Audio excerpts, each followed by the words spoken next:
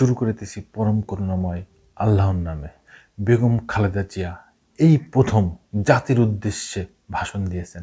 তিনি বলতেছেন প্রতিহিংসা নয়, নতুনভাবে এই সমাজ গড়তে হবে, এই দেশ গড়তে হবে।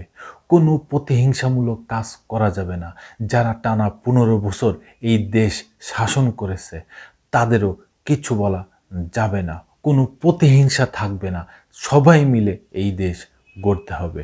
উনি দীর্ঘ টানা 15 বছর সবচেয়ে বেশি বাংলাদেশের মানুষ, এই বাংলাদেশের নাগরিক হিসাবে সবচেয়ে বেশি নির্যাতিত হয়েছেন হাসিনার কাছে। হাসিনার রাগ, ক্ষোভ, হিংসা, বিদ্বেষ, অহংকার সব এই দেশনেত্রী বেগম খালেদা জিয়ার উপরে ঝাঁপাই পড়েছিলেন তিনি। মাত্র অল্প কিছু টাকার জন্য তার 10 বছরের সাজা হয়েছিল।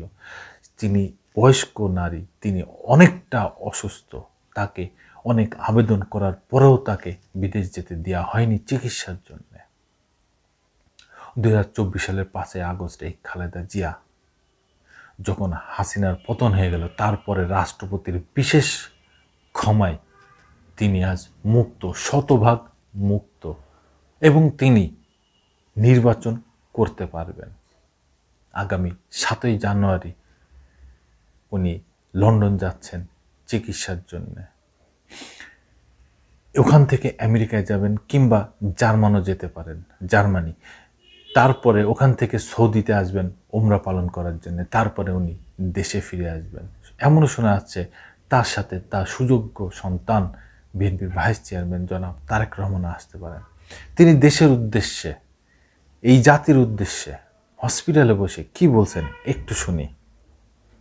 প্রায় 6.5 বছর কারাবন্দী অবস্থা থেকে মুক্তি পাওয়ায় একদিন পর হসপিটাল থেকে ভিডিও বার্তায় জনসম্মুখে আসেন দেশনেত্রী সাবেক প্রধানমন্ত্রী বেগম খালেদা জিয়া।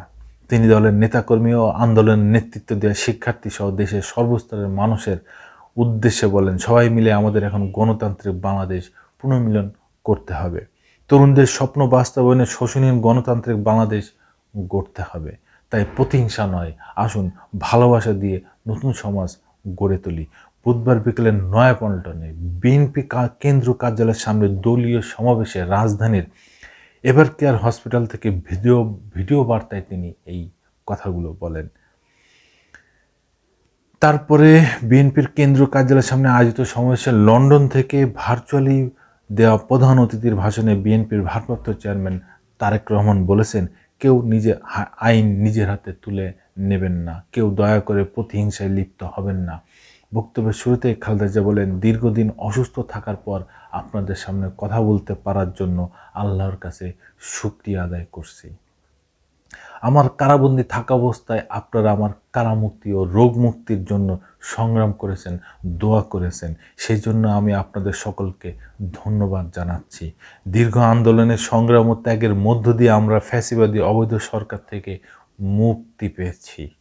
খালেদা জিয়া বলেন, আমি আন্তরিক ধন্যবাদ জানাতে চাই আমাদের বীর সন্তানদের, যারা মরণপণ সংগ্রাম করে এই অসম্ভবকে সম্ভব করেছে।